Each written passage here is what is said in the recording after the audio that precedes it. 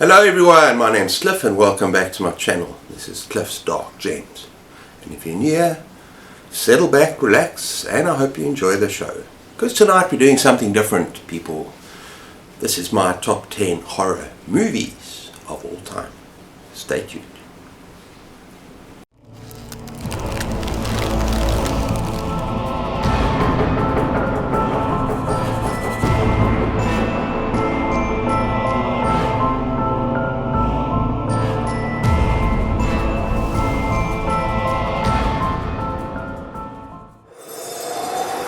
Okay everyone, so I'm calling this video Beyond Books, my top 10 horror movies.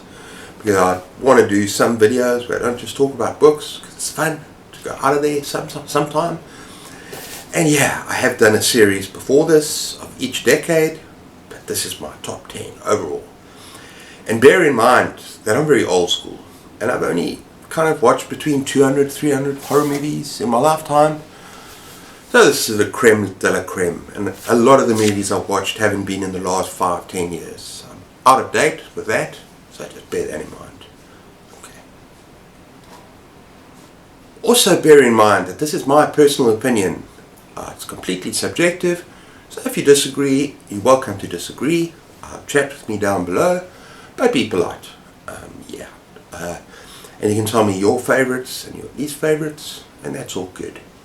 But I want to give some special mentions as well, because I think these movies are not strictly horror, kind of horror adjacent, and in particular the first two, and I'm just going to rattle them off. The first two could very well have made this list, but I'm thinking if I ever do a science fiction horror in the future, then that'll be on that list.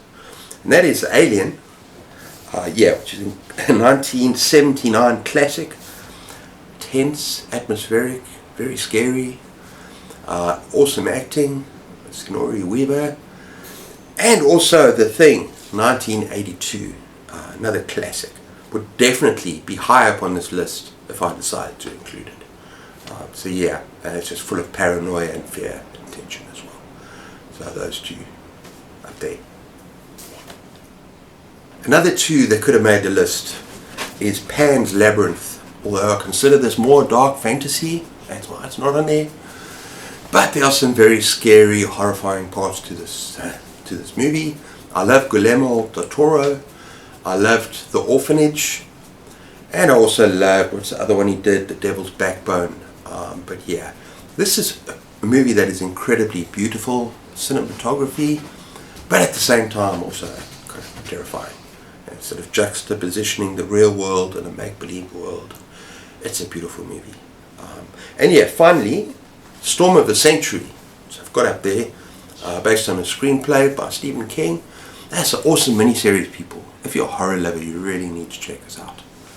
And here's a quote: "Give me what I want and I'll go away." Now, for a lot of these top 10 lists that's coming up now, for a lot of these choices, I'm going to give some quotes as well, favorite quotes from the movie. So yeah, let's get to the list.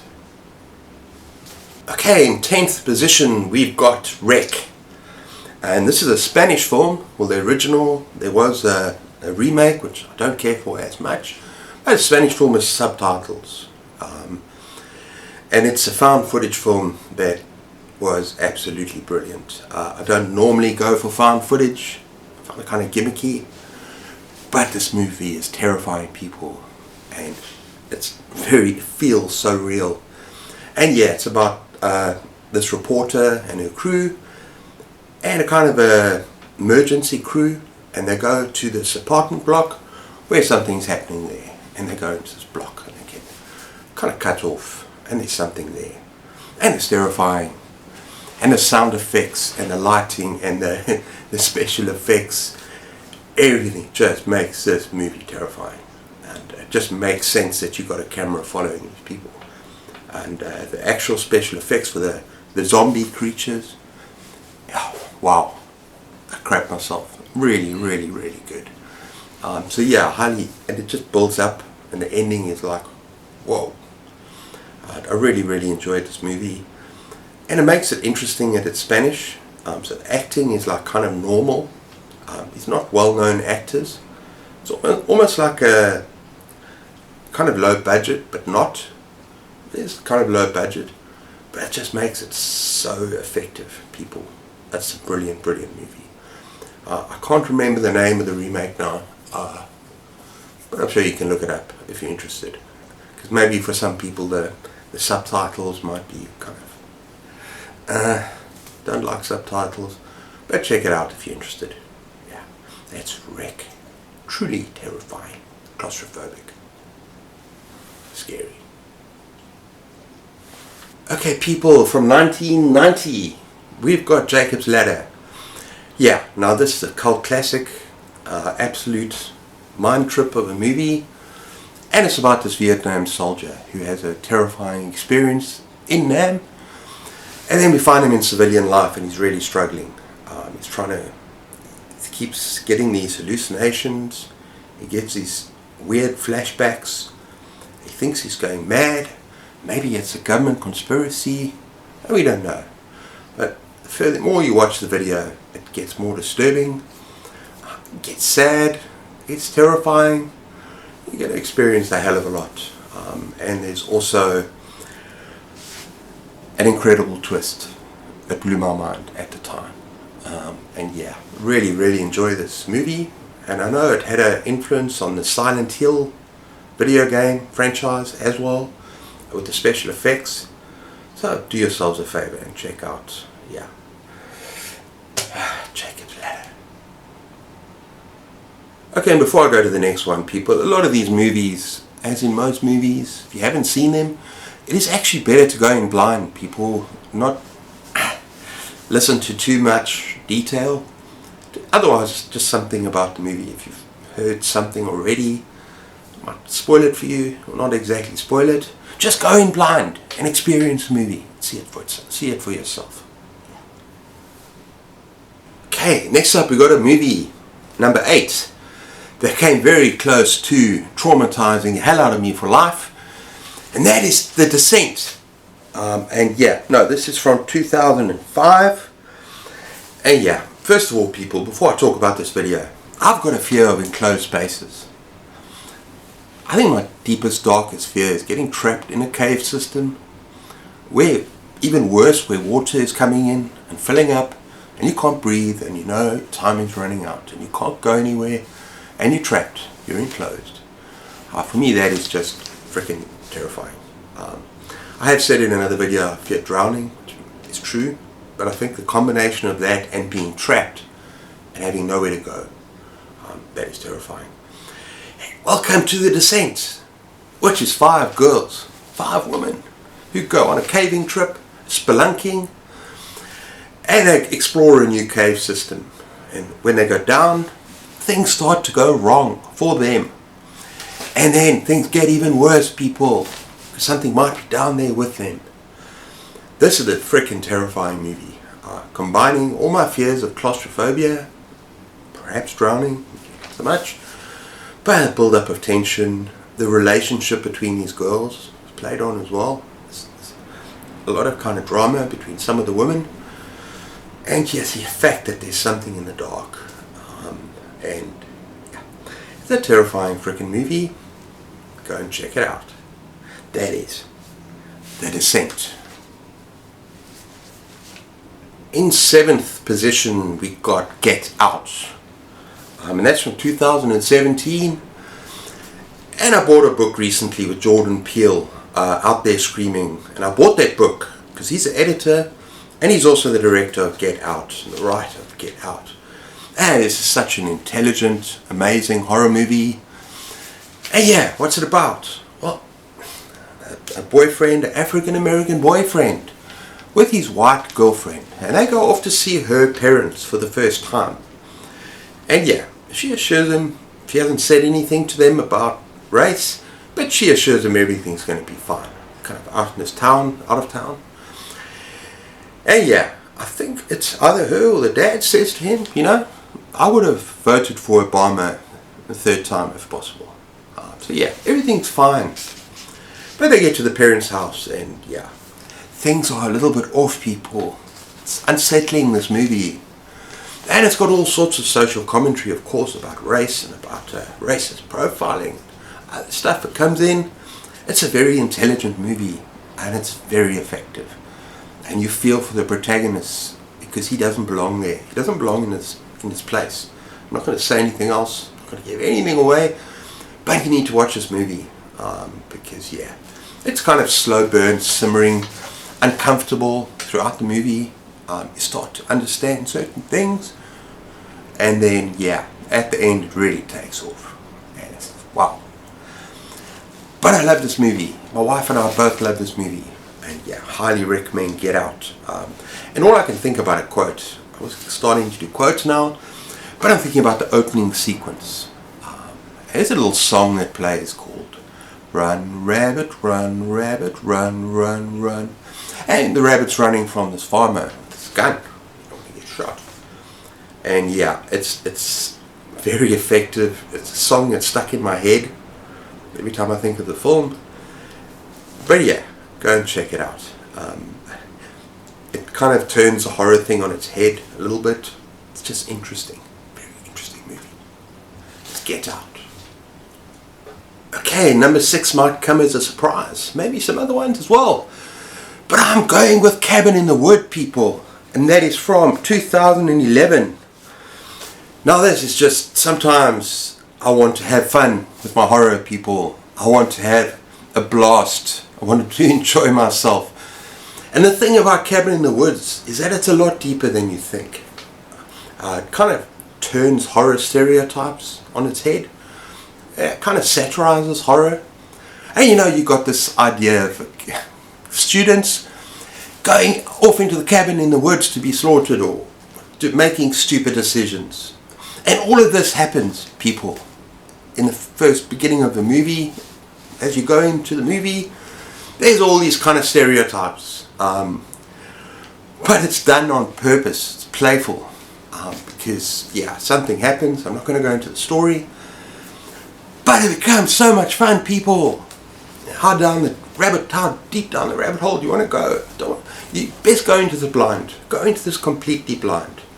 Because, yeah, it's great characters. You can kind of see what's going on from the beginning. I'm not giving anything away. But yeah, I had a lot of fun with this. And I can't tell you why I had so much fun, because it's kind of giving away a story. So just go in there and enjoy it. And one of my favorite quotes is, okay, I'm drawing a frickin' line in the sand here. Don't read the Latin. Yeah. Is he going to read the Latin? Are they going to read the Latin? Probably. Yeah. Hey, maybe we should split up. Yeah, that's a good idea. Let's split up. Yeah. Things like that happen in this movie. But yeah, it's just so much fun.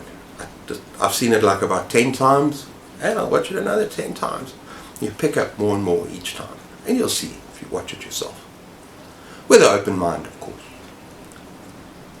Okay, number 5 is Let the Right One In. And this is the 2008 Swedish version, the original. The remake, the American remake, was not so bad. Chloe, I don't know how to pronounce her name. It wasn't bad, but the original was really, really good. And yeah, I'm not going to go into this in terms of its plot, because I spoke about the book in my last video.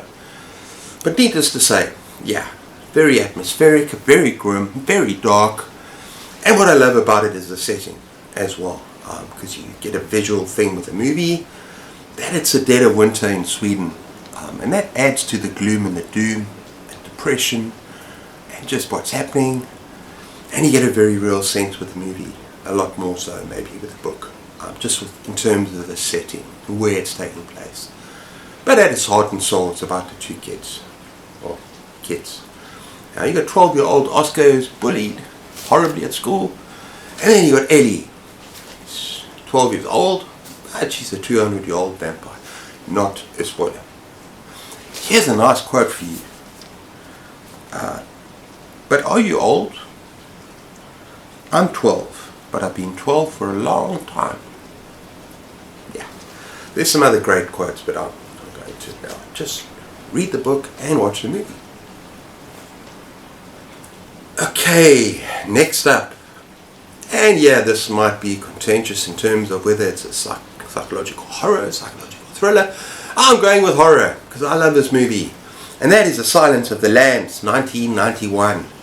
Now people, this movie is a masterpiece on so many levels. Cinematography, the music, sound effects, just a building of tension in every scene, and the gorgeous acting, particularly between Anthony Hopkins and Clarice Starling, let's just call it that. I know it's not her name, but yeah, this is just a masterpiece on so many levels, and I've seen it so many times, and I still get the shivers when I see Anthony Hopkins deliver lines like, "A censor once tried to take a test. I ate his liver with some fava beans and a nice champagne." Isn't that good? Yeah. I get shivers every time I watch that movie. And you know, another one, yeah, puts the lotion on its skin or else it gets hosed again. This movie is dark, people. This movie is horror. Don't care what you say. But yeah, if you haven't seen it already, Silence of the Lambs, that's basically the FBI is trying to catch a killer. And so they send in a rookie, another serial killer, Hannibal Lecter, to try and get information to find out about this other killer. But it is brilliant. Such a good movie. Watch it. If you haven't, yeah, watch the movie. Okay, the movie in third position has got a very special place in my heart. That's why it's placed so highly. And that is Dawn of the Dead. George Romero, the 1978 original. So many of these movies are remade. The original just masterpiece once again. All the final 4 books could have been interchanged. They're all masterpieces. But I love this movie and I love the franchise. You know, you've got Night of the Living Dead, which was really, really good. And then you got Dawn of the Dead. And what really grabbed me is just about this movie. First of all, yeah, it's the first time in colour. And yeah, they're slow moving zombies, people. I know most people prefer them fast and terrifying. And they are terrifying. The thing about slow moving, shambling zombies is that they're menacing. And that they overwhelm you with numbers. So it's a question of, even if you run away from the first 20, they're still coming. They're still coming. They're still going to get you. And it's about these people that hole up. I can't remember who the characters are. And they hole up during a zombie apocalypse in a shopping complex, people. Yeah, in a shopping complex. It's like they got everything they need. They've got food, they've got tasties, they've got whatever. And yeah, everything seems comfortable. This will be safe. What I love about this movie is how it's not just the zombies. They start turning on each other. They're people, human beings. And it also is about the zombies. You know, you get the sense of tension throughout, even though there's a lot of humor as well. There's zombies going up the down escalator. Yeah, there's zombies looking at each other in the clothing area of the store, shopping complex. And they're looking at each other as if they've maybe recognized some remnants of their own older life. No. It's funny. It's social commentary. Because it's in a shopping complex, it's about America and consumerism. There's so many little things going on the whole way through, people. But you know something bad's going to happen. And yeah, it does. And it's not always from the zombies. So, without giving spoilers away. So, it's just a fantastic horror movie. And even though it might seem dated to a lot of people, yeah, I don't care. I think it's genius. And number 3 in my book. Yeah. Oh, and before I go with this movie, yeah, Dawn of the Dead. When there's no more room in hell, the dead will walk the earth. Okay, it's on the cover, I know. I love that. Love that. In second position, we have The Shining, Stanley Kubrick, a 1980 adaptation. Now, I'm a huge Stephen King fan, and I'll be the first to admit This is not a good adaptation, people. It's not a faithful adaptation. He changed a lot of stuff. Stephen King hated it. But I love it for what it is. I love it for what it is. It's a chilling, terrifying, cinematic masterpiece. Sorry. It is. And Stanley Kubrick was perfect for bringing this hotel to life, the story to life, with absolutely amazing visuals and sound, and with the hotel itself almost becoming a character, you know, with those carpets on the floors, all those towels on the floors, with Danny Riley's bike. That's brilliant. Everything about this movie is brilliant, and it's a sense of kind of unease the whole time. Things in the hotel like change. It's weird, but it's brilliant. And of course Jack Nicholson. And yeah, I think one of the biggest problems is that in the book, at the beginning, Jack Nicholson is kind of normal. He's turned over a new leaf. And in the book it's about his descent. So at the beginning in the movie, Jack Nicholson looks unhinged, and he's kind of unhinged. So it's a big difference, but there's lots of other differences. But there's no denying how powerful he is in that role. Yes, Johnny, he's powerful in that role, and he owns it. And I love this movie. It's brilliant, and I can watch it again and again. So yeah, I know there are a lot of people out there that hate the movie because it's not a true adaptation. I think they're missing a point. You gotta watch it for the fact that it's on its own merit. It's just a bloody good horror movie. For me, more than that. So if you take away the adaptation thing, which I know people are pissed off about, then you got to see it as the great horror movie it is. That's my opinion on that. Okay, for number one, I've completely broken the rule that I said at the beginning about horror adjacency. You know, sci-fi, horror, thrillers, horrors, whatever. Fantasy. This is a horror comedy, people, and it has to be my number one. I've watched it over and over and over again, and in fact I want to watch it when I finish this video. I love it that much. You got Shaun of the Dead from 2004, but what I love about this movie is how it balances, or kind of intertwines the horror and the comedy to such a point that it's scary in places, in a lot of places. This movie is scary. It is scary. It's a horror. It's graphic. It's violent. But at the same time, the jokes just keep coming. And the comedic timing between Sean Pegg and Nick Frost, I love them. I love the two of them. They in other movies like the Cornetto trilogy, Hot Fuzz, I love that movie. But they are perfect together. And of course it's not just about them. But it is just such a brilliant movie. It's a cult classic. It's iconic. And it's my number one. Yeah, I'm sorry if you look for pure horror. Yeah, this is my personal list. And I love this movie. And so yeah, just to finish off, I'm going to give you some quotes. It's actually quite a few. We're coming to get you, Barbara. Okay, now that's actually a direct reference to Night of the Living Dead. I talked about George Romero, and he loved the fact that they referenced him, and he called them and invited them to be zombies in his new movie. Pretty cool. And then there's, okay, and there's a little bit, take car, go to Mum's, kill Phil, sorry Phil, grab Liz, go to the Winchester, have a nice cold pint, and wait for all of this to blow over. How's that for a slice of fried gold? Yeah, boy. 2 weapons. I absolutely love it. Comedic timing, everything about this movie, like I can watch it over again. You got red on you. Red on you. His arms off. There's so many things in this movie, and every time I watch it, it gets funnier, and I still enjoy the horror. I still enjoy the gore because there's plenty of it. But it's so original and brilliant, and it's a cult classic, and I love it. So that's my answer to that. Shaun of the Dead, number one. Okay everyone, so that's my fun top 10 movies of all time. Personal opinion. Let me know what you think down below. You disagree with me? What are your top 10? Leave me a list. Leave me your top 3.